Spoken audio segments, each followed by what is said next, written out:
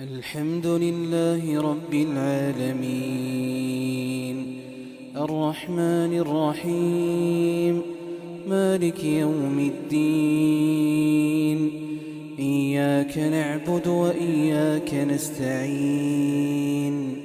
اهدنا الصراط المستقيم صراط الذين أنعمت عليهم غير المغضوب عليهم ولا الضالين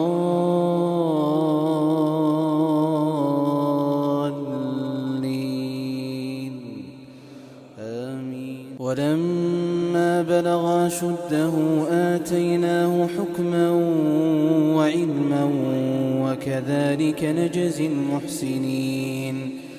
وراودته التي هو في بيتها عن نفسه وغلقت الأبواب وقالت هيت لك قال معاذ الله إنه ربي أحسن مثواي إنه لا يفلح الظالمون.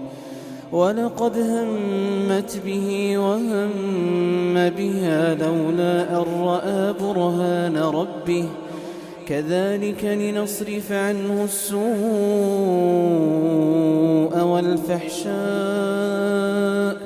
إنه من عبادنا المخلصين. واستبق الباب وقدت قميصه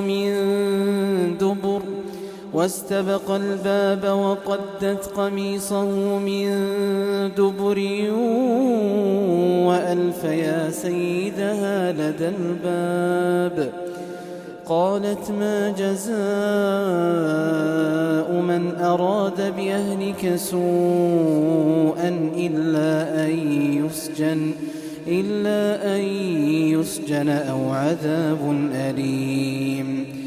قال هي راودتني عن نفسي وشهد شاهد من أهلها إن كان قميصه قد من قبل فصدقت وهو من الكاذبين وإن كان قميصه قد من دبر فكذبت وهو من الصادقين.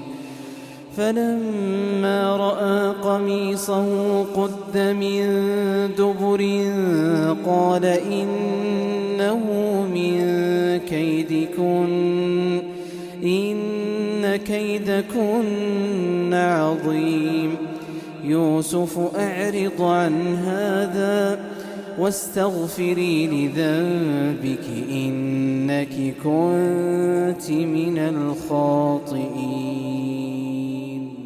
وقال نسوة في المدينة امرأة العزيز تراود فتاها عن نفسه قد شغفها حبا إنا لنراها في ضلال مبين.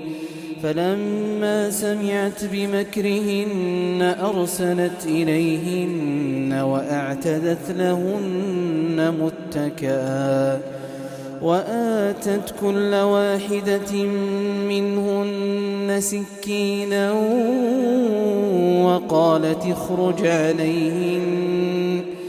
فلما رأينه أكبرنه وقطعن أيديهن وقلن حاش لله ما هذا بشرا إن هذا إلا ملك كريم.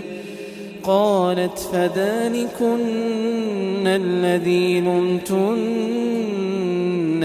فيه ولقد راودته عن نفسه فاستعصم ولئن لم يفعل ما آمره ليسجنن وليكونن من الصاغرين. قال رب السجن أحب إلي مما يدعونني إليه وإلا تصرف عني كيدهن أصب إليهن وأكن من الجاهلين. فاستجاب له ربه فصرف عنه كيدهن إنه هو السميع العليم.